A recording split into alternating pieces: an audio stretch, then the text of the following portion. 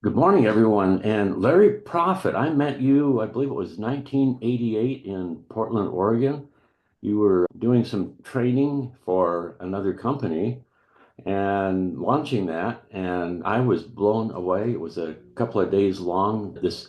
I was just eating this up already because I've been to other companies. I believe my big thing when I rewired my whole head, all the circuits in my brain came alive when I went to an Amway meeting back in the 70s. Was introduced to books and tapes and just this idea that we become what we think about. And over again, I listened to this cassette tape called The Strangest Secret, which was a recording that went way back to the 1950s, Earl Nightingale.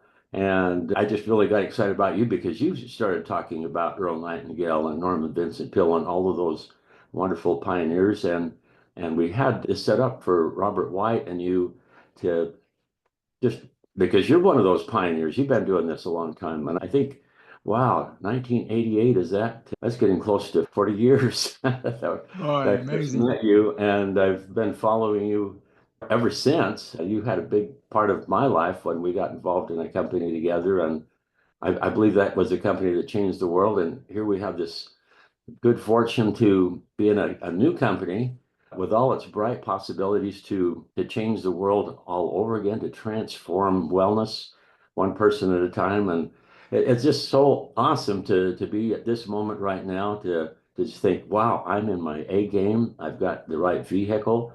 I can pass this on to other people so they can win.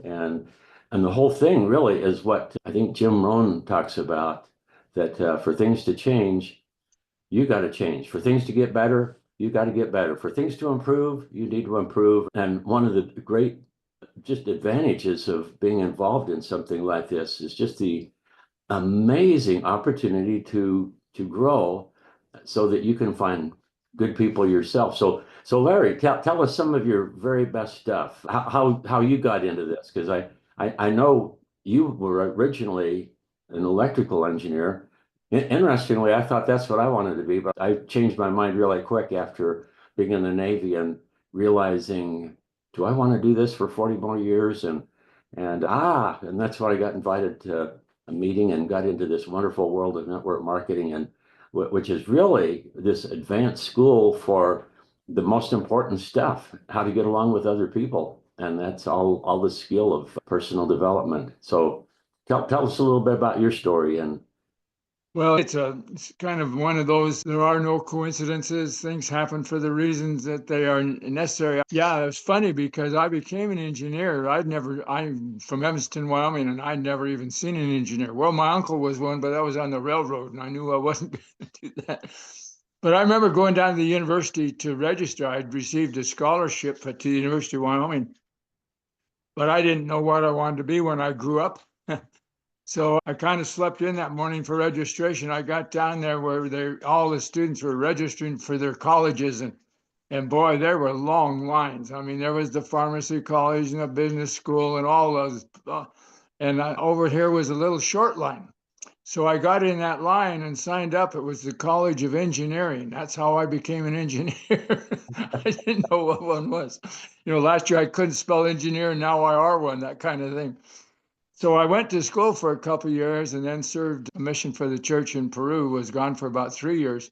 Came back and got my degree and went to work for a company called General Electric as a technical marketing arm, and was eventually transferred to San Jose, California. And one night, my friend Ralph Mitchell knew that I was trying to find some extra income. I found out that on my engineering salary, I couldn't go to all these fancy restaurants and concerts and so forth. That I thought I was in the San Francisco Bay Area, and there was many, many things to do. So he took me to a meeting, and I saw something that just blew my mind. These guys were telling me how I could earn more money part-time than I was earning full-time at GE. And so I signed up. And a couple of years later, I was earning more money part-time than I was at GE. And so I left and became a full-time network marketer with one of those very original companies way back in the days of Amway and Mary Kay, and Holiday Magic was the name of that company. And I found out that I didn't like being an engineer. I didn't like sitting in front of a desk. I like people. And so we started doing some really important things with that company. And that company then asked me to become a trainer. And they put me through a 30-day training program. One of whom helped train me was a fellow by the name of Eric Alexander, who eventually became associated with that other company. But it was an exciting time. I was finding out that helping people discover what their potential was pretty exciting. But I got a little arrogant. I was thinking I was such a hot shot to know it all that I started just consulting. And the reason that I got associated with you is I had a friend with a company called Melaleuca. And they asked me to do some trainings for them. And I went to Portland, Oregon, where I met Dave Johnson, not knowing who he was, never heard of him before. And that was just before a company came from Japan that introduced me to, well, we went and lived in Japan for 6 years, as a matter of fact, with that company, because they'd asked me to head up their marketing in Japan. We met a fellow by the name of Isamu Masuda, who just an outstanding human being. Robert White and I became partners in a consulting company over there, set up the trainings for his company, and has had a wonderful, wonderful experience. Had 2 children born in Japan, as a matter of fact. Spent 6 years there, and then came back Now, to America. this is originally And when before that that. company, Ishimasu, had formed, came to America, they asked me to head up their training. And one of the very first people I met at that point was a Dave Johnson. I remember going up to the Tri-Cities area, going to dinner with you and Valerie. And at that time, we'd had some really fun times. You gave me a box, a hand-carved leather box. And you said to me, this is your treasure box. You're going to be getting cards and letters from people all over the next few years. You're not going to know what to do with them. So put them in this box. And then when you're old and retired in your rocking chair, you can open that box and read all those nice things that people say about you. Do you remember that, Dave? Yeah. That was a real treasure box. Well, that box grew into a number of boxes because of the experiences that I was able to have. But what was really interesting to me is the training that I was getting was about relationships. The founder of that original company that I was with believed that the products were just a vehicle to provide freedom, and that your real motivation, your real understanding of being involved was to grow, to develop. And in fact, one of his divisions of his company became a company called Mind Dynamics. And Robert White and I had gone through some of these trainings together, and he was made the president of that company. Well, the owner of the company was killed in a plane crash, and that company, the trainers all decided to start their own companies. And virtually every one of the personal development companies that exist even today came from the company that Robert White was president of, called Mind Dynamics. Well, Bob and I worked in Japan for a while. I moved back to the States. He stayed over there. He did work in China. He's done a worldwide businesses. He's probably one of the most connected people I've ever met. Presidents of countries, and including Viktor Frankl. I know you've heard of Viktor Frankl. He worked directly with him, personal consultant for Isamu Masuda. And so Bob and I became very close, our families involved together. But the things that I was learning applied to everything. My church experiences, my career as a head of marketing and sales. What we really understood was that those principles that we were learning in the trenches, so to speak, were those that were going to be lasting principles. I know one of the things that helped develop was the training on just what it takes to become a leader. And I noticed behind you all those books you have. I had made a commitment because of some of the things I listened to read a book every week. I was on so many airplanes, I had plenty of time to read. And as I became acquainted with it, one of those books was a book called Think and Grow Rich by Napoleon Hill. He had awarded our chairman of our company a special award because of how he had utilized those those principles. But the thing that made probably the biggest difference, that company insisted that we all buy the Earl Nightingale Lead the Field program. And that meant that Earl Nightingale's concept was you listen to each of these. Back in those days, they were vinyl records. Can you believe that? And we were to listen to each one of them for 30 days and then go on to the next one. Not listen to all of them, but listen one at a time for 30 days. Well, when you listen to something every day for 30 days, you start to thinking it's you. Those concepts become a part of your computer, and amazing things can happen.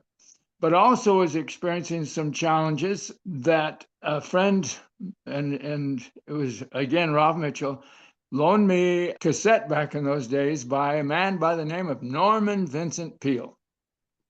And Norman Vincent Peale, his book called The Power of Enthusiasm was one of the best sellers next to the Bible of all the books ever written. And in that tape that I was listening to, he talked about how important problems were and that problems constitute a sign of life. And I got really excited because I had a lot of problems. And it totally changed my life just listening to that tape and incorporating it in it. And seeing it as a challenge, he called them opportunities for growth. And that was a special turning point in my whole career. But it was amazing because I had opportunities then to meet all kinds of different leaders in different companies. And those principles that I had learned from Earl Nightingale, primarily from Earl Nightingale, because when you put, as you say, as you read the books, associate with the people, listen to the tapes, they become a part of you.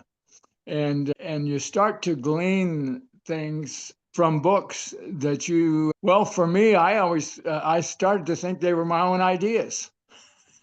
When in reality, they were just there sitting in my computer waiting for people to ask me a question or to engage in a conversation where that information could then be used to help other people. And what I really learned, we put together a special training program about personal growth, personal development, where we started to learn, and Robert has become so expert in this area of learning to tell your story. And what happened is we tell stories that we start to believe that are not really true.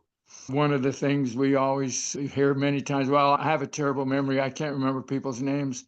He says, well, that's just your self-talk, and it's not true at all because you have a perfect computer between your ears. It remembers everything. But we learn to tell the story of what we really are and who we really are. We had a conversation last night with my daughter and her husband about understanding who we really are, not who we think we are, and what our small talk sometimes tells us about ourselves and our limitations are not true. So those were some of the things that I learned from my experience in those network marketing experiences. One of them that has really been an important part of me says the essence of leadership is the enthusiastic communication of your vision. Well, that's one of those statements you can spend a week on in every part of the sentence because it is so powerful. And in order to be that enthusiastic leader, you've got to have a vision.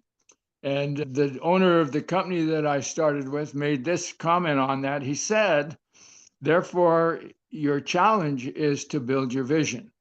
And that can be a daily process. You can do it on a regular basis as long as you understand who you really are. And my point of view has always been, I think that if we knew who we really are and our power to influence other people and make a difference in the world might scare us so bad, we might not get out of bed in the mornings because we sell ourselves short. We don't realize that every interaction we have is an opportunity to help somebody else.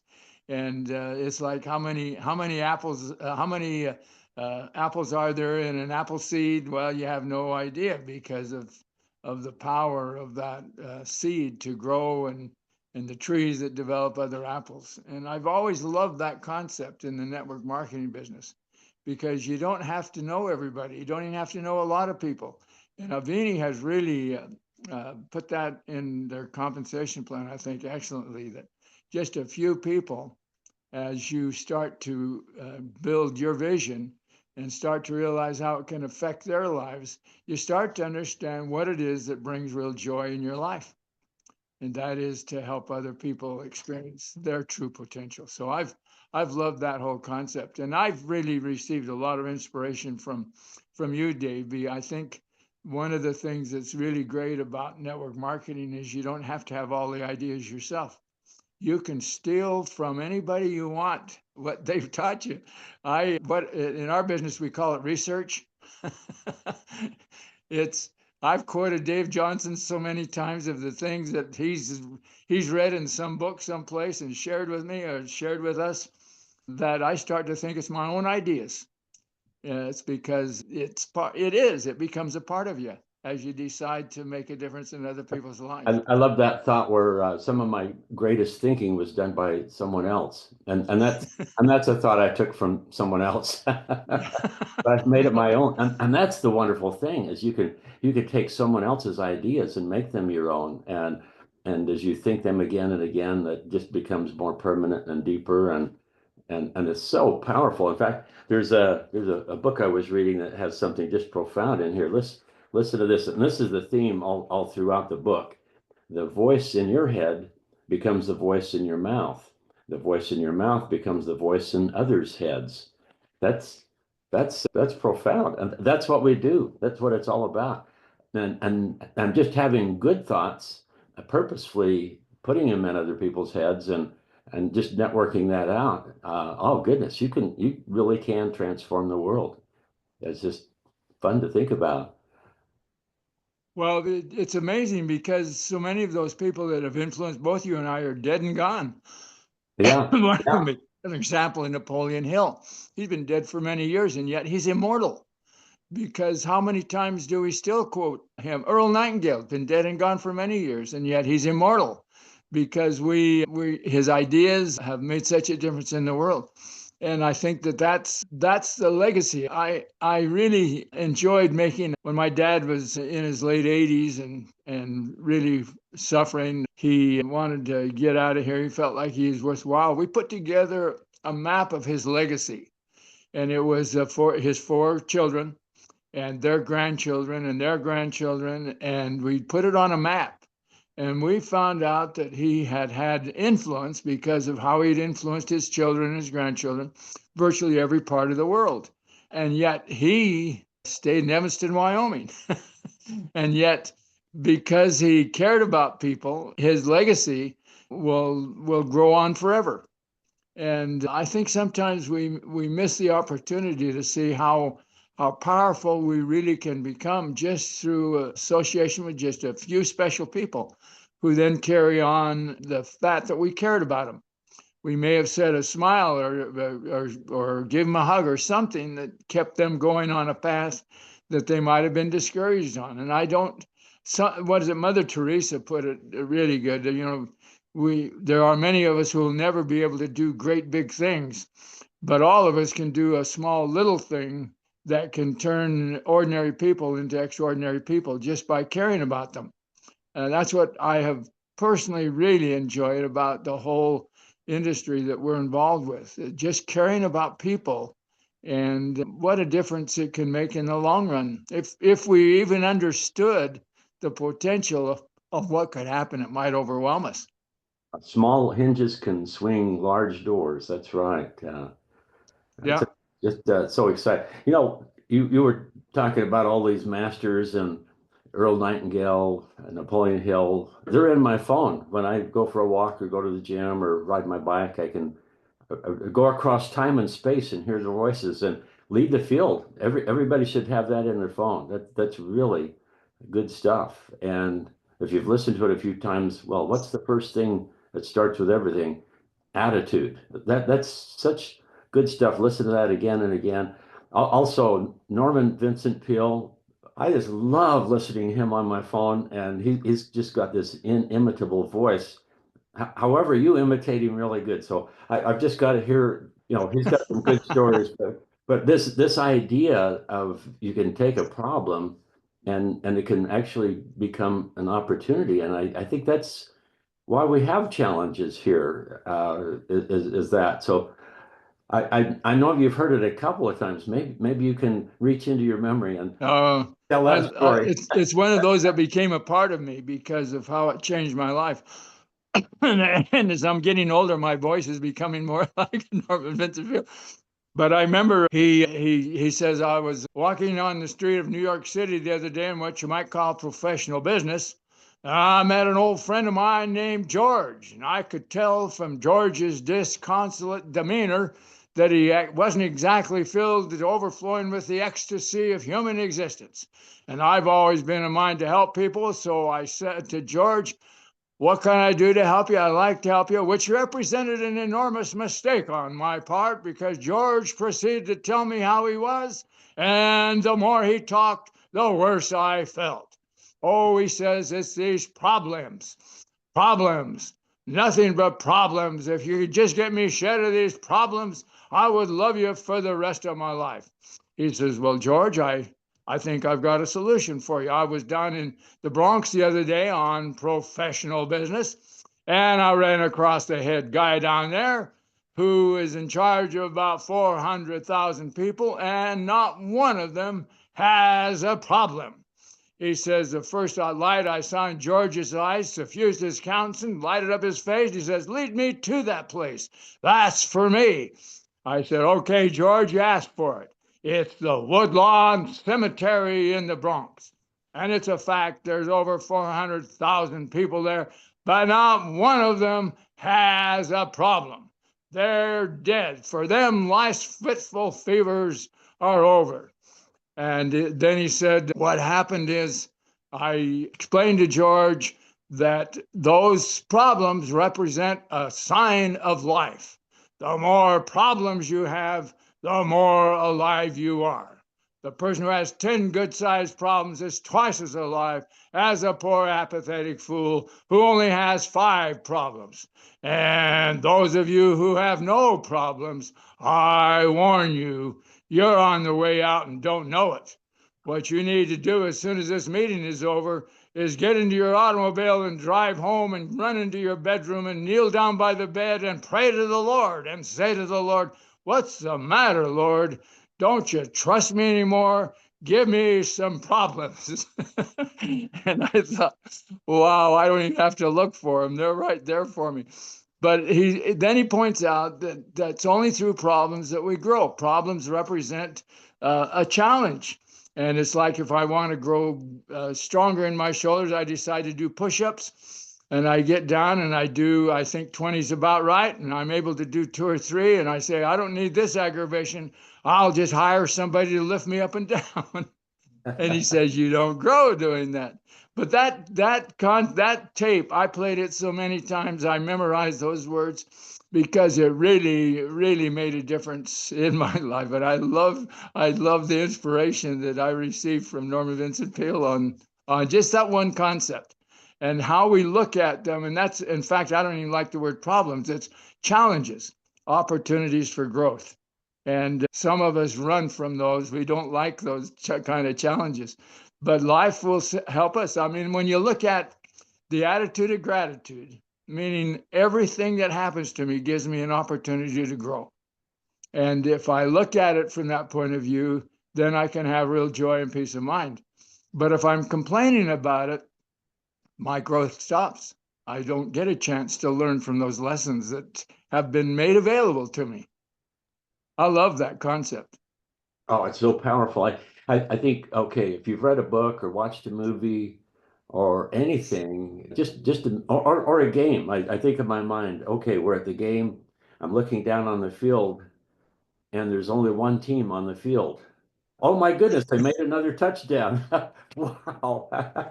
You Yeah, it would be very interesting. Or imagine a movie where there wasn't a problem. The whole thing, the whole every man's story is somebody has a problem. They're introduced to a mentor that guides them, and then finally at the end, they're off in love, going off into the sunset, and everything's fixed. But if the whole movie was just the sunset and they're happy, that'd be pretty boring, really, and there would be no opportunity for growth. And I just think about that idea. You know, we've got 11 kids. You've got a few too, and I just think, okay, we could say, well, baby, you're falling down a few times. You know what? I'm just going to carry you. And we'd joke about our last kid because he was spoiled rotten. He never learned how to walk because everybody was carrying him. He was just so cute. And we'd joke about that. But you know, think about that. That's the way to walk is learning to fall and getting back up, and that's the way it is with everything. That's how the universe is set up is problems. And Avini, you know, if there weren't any health problems, well, there wouldn't be any opportunity. And that's what's so fun about this. What's the big problem out there? It's a crisis, and that's health. And we've got the answers. And so we've got, well, the bigger the problem, the bigger the opportunity. And here we are. And so, yeah, be grateful. We're alive because we got problems. Well, and when we understand that that's part of the reason we're here on this planet is to learn from challenges, from lessons, and every lesson is tailored specifically for our own use, it changes our whole attitude. I like Covey's thing about begin with the end in mind. And if we start to think in those points of view, then every challenge becomes that opportunity, and we see it in that light. What a difference it makes when with a smile on our face rather than the frown. And I got to just say one thing, maybe for my final thoughts, and I'll give you the final. But when we met and started talking about Avini and everything, Pat, your wife, was visiting, and she says, "Oh, thank you. I'm so grateful because Larry is alive again. He's doing what Larry does best." And you know, I think one of the most catastrophic things you can do is to retire. I believe just, you know, having a magnificent purpose that to you means something and be anxiously engaged in this great cause, something that gets you out of bed. That's probably the most powerful medicine that you can take as far as longevity. Not just to live longer, but live better. And it's just so awesome that just thinking right now, I could say I'm the happiest I've ever been. I'm in the job I love the best, the opportunity. I'm in my A game, and I've been stuck before. It's frustrating if you can't grow, and I believe that that's just an essential thing to be happy is to be in the process of accomplishment. And Earl Nightingale talks about that success is the progressive realization of a worthy ideal. With that in mind, you said something to Isamu Masuda that transformed his life. He wrote it down, that signed you. And this is that same idea, that's this powerful idea that you can pass on to someone else. But maybe it wasn't your idea, but it doesn't matter because it's a powerful idea. And what is that powerful idea that transformed Isamu Masuda's life? And he passed that on and changed so many other lives, including mine. Well, we used to do an exercise in this one thing because I think it's the biggest thing we can learn. And that is to have a purpose in our life. And here's what it was. Man is that he might have joy. And I think that was the biggest thing because then you start to realize that every event in your life, if I used to use Khalil Gibran a lot, where he talks about how joy and sorrow are partners. And if you didn't have opposition, there would be no joy. And you've really put it, you know, in any field of endeavor. If you volunteered to take the mountain climber by helicopter to the top of the mountain you wanted to climb, he'd turn you down because it's not getting there that's important, it's the journey. And to experience the challenges and learn from those are so important. The opposition in all things, knowing that is the thing that's going to bring me the greatest joy. Gibran put it this way: the mountain of your joy is determined by the valley of your sorrow. The amount of joy the soul can contain depends on how sorrow has etched his soul. And when you see it and from that point of view, you realize it's a part of life. We had an experience this past week, Dave. This is really personal. I hope you don't mind me sharing it.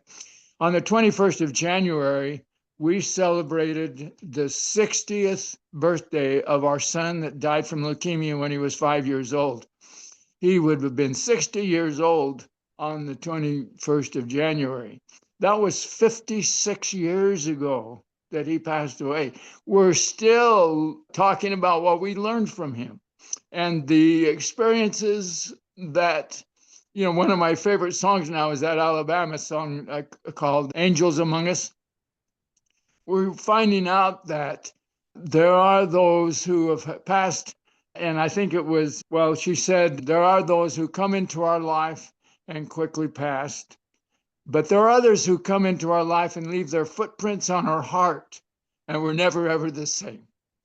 I think that's probably the thing that has had the biggest joy for me, is seeing people in a different light, even though I think that they may be hard to get along with, or difficulties, or creating obstacles. If I start to think of them on who they really are, and that little exercise, you remember the exercise about the 3-year-old child? If we saw everybody as a 3-year-old child who's just looking for love and caring from somebody, it changes our whole existence. And I think that's the thing that's made the biggest difference for me. I see people in a different light because I know that their purpose in life is to experience joy. And I can be a source of that if it's just a smile or a hug or a positive comment. And I think that's transformed my life. I know you have done that for so many thousands of people that you'll never ever know how many lives that you influenced because of your greeting. I'm excited. How are you? What a difference it makes, because it's like lighting a candle for somebody else who can light 10 more candles. I love it. Well, you said something that when I first got to know you that really stuck in my heart. And I've tried to live that where people might be thinking that of you. And it's I like me best when I'm with you. That's just what better compliment could that be? And that's something you want to say to your wife and have her really think that. But going back there, though, that changed Masuda was this idea that he wrote down, embossed it, carried it around for years, read it all the time. And it was this idea that before you can achieve the life you want, you've probably heard that before. And Masuda, he had it signed by you, but could you state that, because that's really powerful. Well, true. Masuda said the thing that changed his life was a quote that I gave him when we interviewed him. I didn't even remember interviewing him, but it came from Nightingale.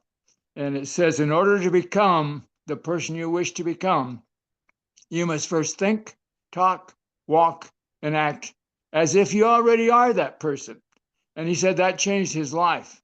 It changed how he walked, it changed how he talked, and how he saw other people. And I think that that's probably true of most of us. When we have those kinds of reminders, it does transform our lives. It does, yeah. I think a lot of successful people, they read books, but what do they read? And we could talk about personal improvement, but one of the things that I think was really interesting is they read biographies of successful people. And if you read something like Churchill or some great person, and then think, wow, and admire them and try to emulate them.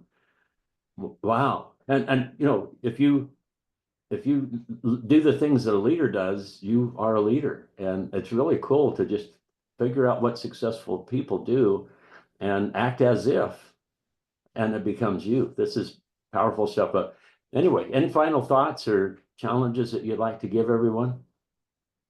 Well, not, it's like somebody once told me, Prophet, you're not a total loss. You serve as a good, bad example. Sometimes it's much easier to teach and talk about it than it is to actually get off your duff and go do it. And I think that that's the word that I think I've received from you. You quoted a thing this week from Goethe about the power of commitment, and that how once we commit ourselves, even providence moves, and life will never be the same if we have that kind of commitment to make it happen. And that's the thing that is a big challenge for most of us. How do I make the commitment, even though knowing that I'm going to go through some swamps to get there? If my intention is pure and I'm clear about what it is I really want, then it doesn't matter all those things that happen in the meantime. I've always loved what you said about you make more money than anybody else because you get more no's than anybody else.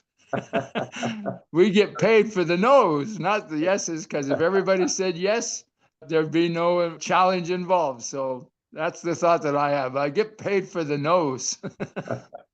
That's right. Well, hey, Larry, I love you, and it's so fun to still be working with you. So, Hey, I appreciate your not giving up on me. Thanks. well, let's go do this. And boy, we got a lot of work left to do. People need to hear these good words and take these good products. So, onward. Thank you, sir. Talk to you later.